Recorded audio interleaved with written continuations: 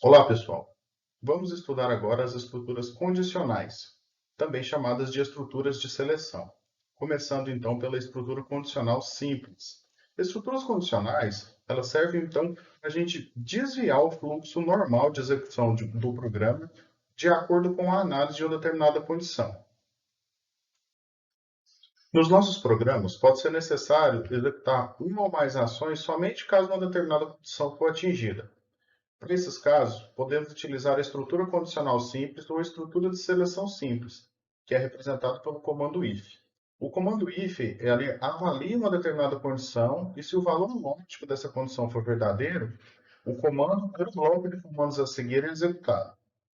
A condição que é avaliada no comando if, ela pode ser construída utilizando operadores relacionais, por exemplo, maior que, menor que, com operadores lógicos, como por exemplo o e, ou o não. Temos aqui um exemplo de utilização da condicional simples if. Foi construído então um programa que vai obter uma determinada entrada pelo usuário, avaliar esse valor e exibir a mensagem proibido o consumo de bebida alcoólica caso o valor informado seja menor do que 18. Então aqui a gente tem na primeira linha aqui a inclusão daquela biblioteca de entrada e saída da linguagem C, chamada de stdio. Depois temos a inicialização da função main. Então, na sequência, a gente tem uma variável idade do tipo inteiro. Depois é exibido a mensagem utilizando o comando printf, a mensagem divide sua idade, dois pontos e um espacinho. Depois utiliza o comando scanf para obter o valor digitado pelo usuário e armazenar esse valor, então, na variável idade. Na sequência, a gente tem o comando if. O comando if, então, ele está avaliando se o valor armazenado na variável idade é menor do que 18. Se essa análise for verdadeira, vai então ser emitida essa mensagem aqui utilizando o comando printf, ou seja, a mensagem proibido o consumo de bebida alcoólica. Então, essa mensagem ela só vai ser exibida se essa condição aqui for atingida, que é a condição idade menor que 18. Se a idade for igual a 18 ou maior do que 18, essa mensagem não vai ser exibida, porque essa condição ela não vai ser verdadeira. Nesse caso, utilizando o condicional simples if, nada vai acontecer, ou seja, nada vai ser mostrado na tela se a idade for igual ou maior do que 18 anos, porque essa condição de execução do comando if não vai ser atingida. No exemplo anterior, nós vimos que apenas um comando é executado quando a condição do if é atingida. Mas pode ser necessário, e isso acontece na maioria das vezes, que a gente precisa executar mais de um comando quando uma condição é atingida no comando if. Nesse caso, a gente então precisa utilizar o comando if na notação de bloco. Para essa notação de bloco, a gente deve utilizar então o sinal de chaves. Tudo que tiver dentro dessas chaves, ou seja, da chave de abertura e da chave de fechamento, vai ser o bloco que vai ser executado se essa condição aqui do if for atingida, ou seja, se ela for verdadeira, tá? Então, tudo que tiver aqui, obviamente, cada comando separado por ponto e vírgula, vai ser executado se essa condição for verdadeira. A gente então tem que tomar bastante cuidado e utilizar as chaves para a gente poder delimitar corretamente todos os comandos que vão ser executados quando a gente atingir uma determinada condição do comando if. Tá?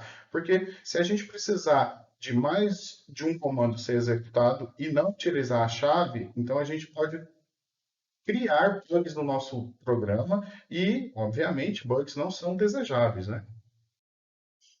Aqui temos um segundo exemplo de utilização do comando if, agora utilizando a notação de bloco. Nesse segundo exemplo, nós temos que receber um valor, que vai ser o salário de uma pessoa, e se esse salário for menor do que 950, vai ser acrescido, então, um valor de 10% nesse salário. E, por fim, vai imprimir esse novo valor. Então, determinamos aqui, então, duas variáveis do tipo float, né, porque o salário de uma pessoa pode conter casas decimais, então a gente utiliza, então, o tipo float.